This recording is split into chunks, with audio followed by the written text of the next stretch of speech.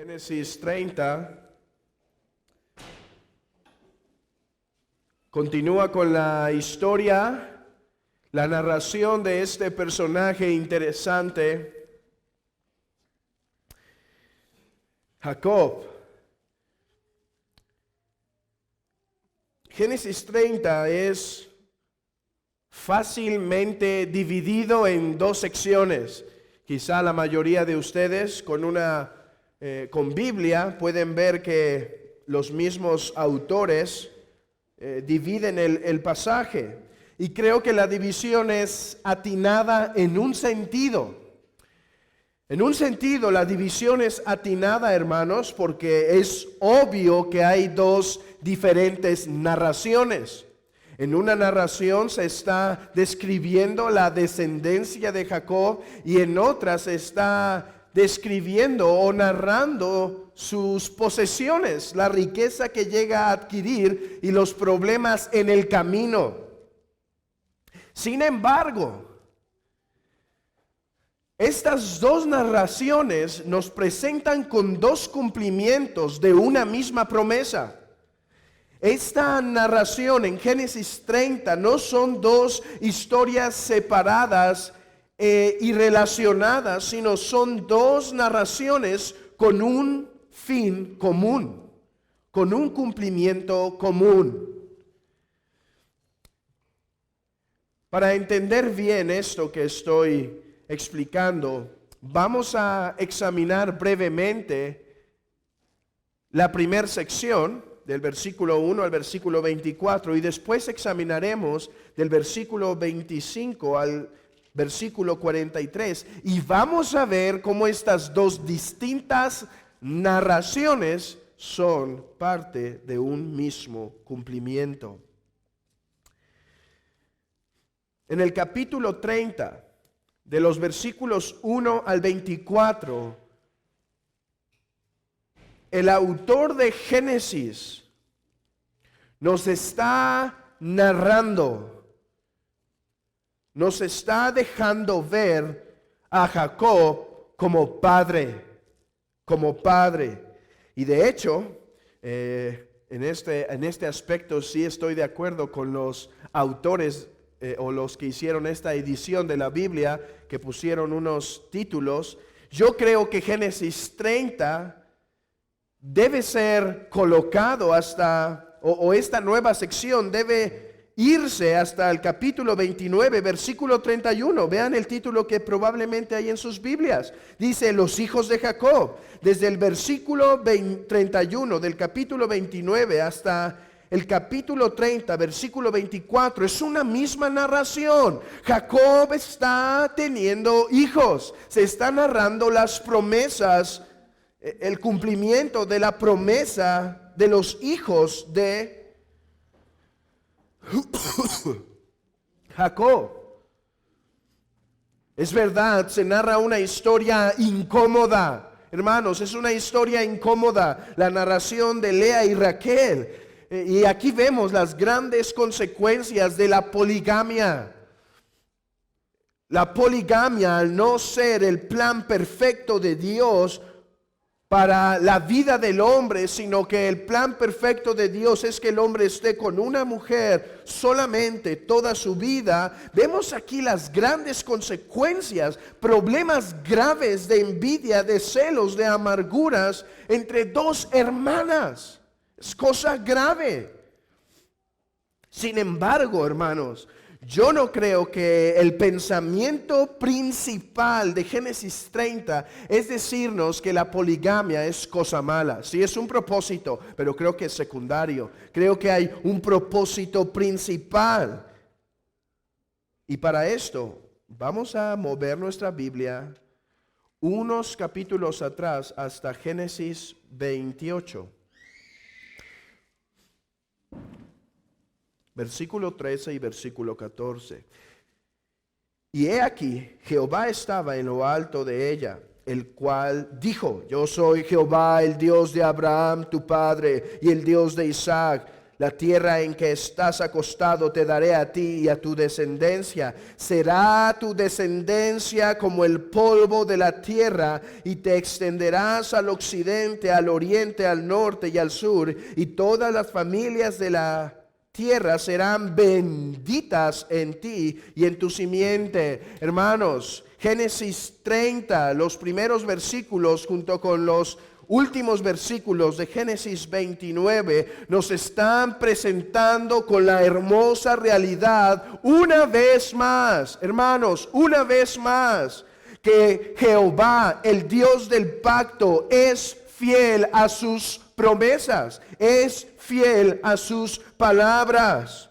Hermanos, Génesis desde principio al final es la narración de lo que Dios ha hecho. No es primeramente sobre lo que el hombre ha hecho, pero lo que Dios ha hecho. Hermanos, Génesis 30 nos presenta a un Dios fiel a su pacto. Abraham vio parte de esto. Abraham se le prometió ser padre de miles y millones, de millares. Dijo el Señor: si puedes contar la arena del mar, las estrellas del cielo, podrás también contar tu descendencia para hacerle ver, será grande. Pero el cumplimiento de la promesa con Abraham solo resultó en 2 hijos. Y uno de ellos, dice el Señor, Él no es. Él no es. Él no es parte de mi promesa. Lo haré una gran nación por causa tuya, Abraham, pero no es Él el que recibirá. Pero ahora en Génesis 30 se nos presenta a Jacob. Después tenemos cierto cumplimiento con Isaac, su hijo Jacob y Esaú, pero después dice nuevamente el Señor, no es Esaú, es Jacob. Pero ahora vemos a Jacob con una multitud de hijos. Ahora la promesa empieza a tener más cumplimiento visible. Sin embargo, hermanos, este no es el final del cumplimiento. En Éxodo 12, 37, Moisés saca casi 1 millón de personas de Egipto. Dice que fue como 600 hombres, sin contar niños y mujeres. Es casi 1 millón de personas, según los expertos, que Moisés saca. Dios es fiel a su pacto. Jacob, Abraham, Isaac iban a tener una gran descendencia. Génesis, siendo escrito por Moisés para alentar al pueblo, pone ante ellos la realidad de que la promesa hecha a los padres, iba a quedar con cumplimiento. Hermanos, eso debía de ser de ánimo para el pueblo de Israel en temporadas de dificultad, en temporadas de angustia. ¿Cuánto más entonces nosotros podemos tomar consuelo de Génesis 30? ¿Cuánto más podemos tomar consuelo de Génesis 30 cuando ya se nos ha anunciado el gran cumplimiento de esta promesa por medio del apóstol Juan, cuando ve una revelación de miles y millones adorando al Cordero, al que está en el trono y al Cordero que fue inmolado? ¿Pueden ver la unidad de las Escrituras? La promesa a Abraham, la promesa a Isaac y la promesa a Jacob tiene su pleno cumplimiento con la descendencia de Cristo. Porque dice en Gálatas capítulo 3 que la simiente, a todos aquellos que nacen por la fe, poniendo su confianza en Cristo, son los verdaderos hijos de Abraham. Hermanos, no estamos tomando un texto y aplicándolo a nuestra conveniencia. El texto enseña en Gálatas 3 que los hijos de Abraham, los hijos de la promesa, los que nacen por medio de un milagro, es la iglesia de Cristo, Y esto tiene su plena manifestación en Apocalipsis. Hermanos, cuán gran consuelo recibimos al saber que Dios es fiel a su pacto. Pero hay otro aspecto que no podemos olvidar.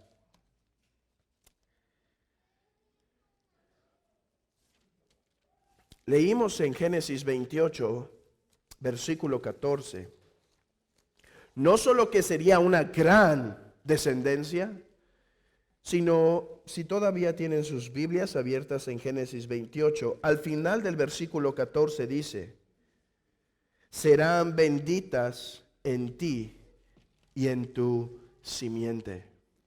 Esta palabra benditas, esta palabra bendición, se repite 2 veces en nuestro texto. Se repite 2 veces en nuestro texto, hermanos.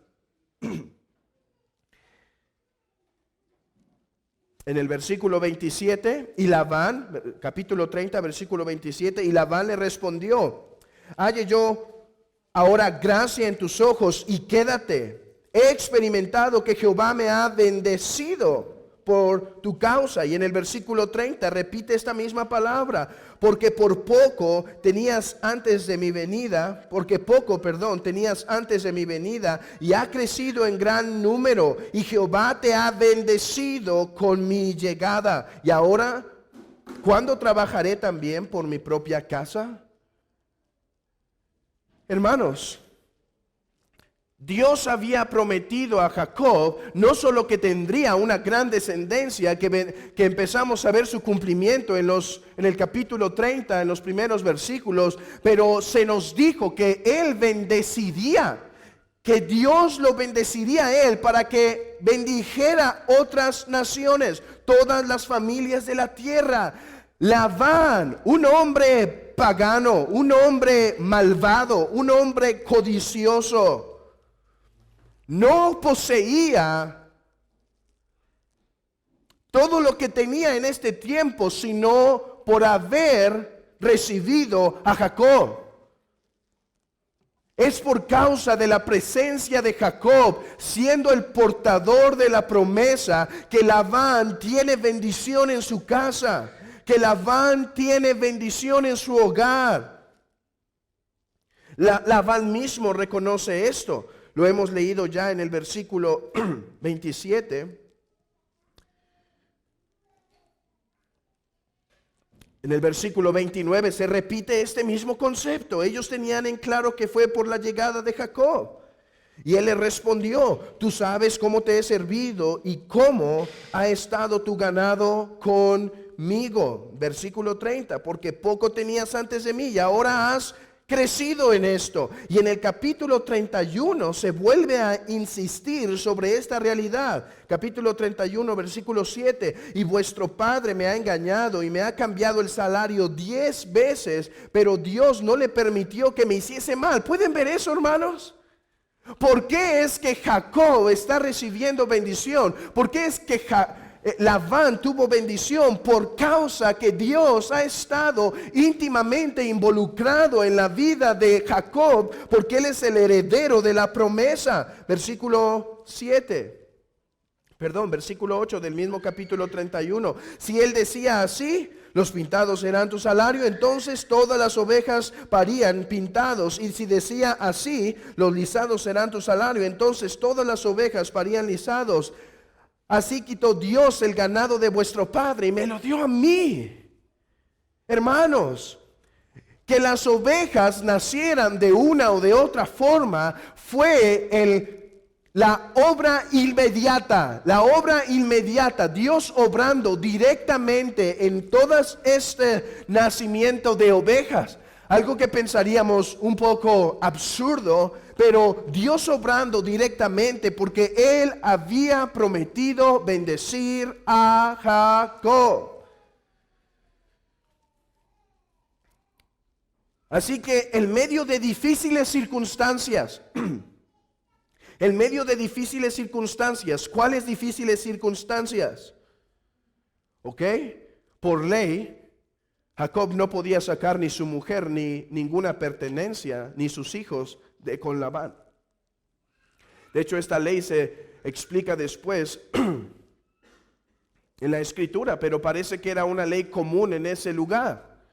Que cuando alguien tenía hijos y familia dentro de la casa del amo, el amo tenía el derecho de quedarse con ellos. Por eso es que le ruega, dame ahora, ya es mucho tiempo, halle yo ahora gracia y despídeme, déjame ir. En medio de difíciles circunstancias donde Jacob debía salir con las manos vacías, Dios le bendice a manos llenas.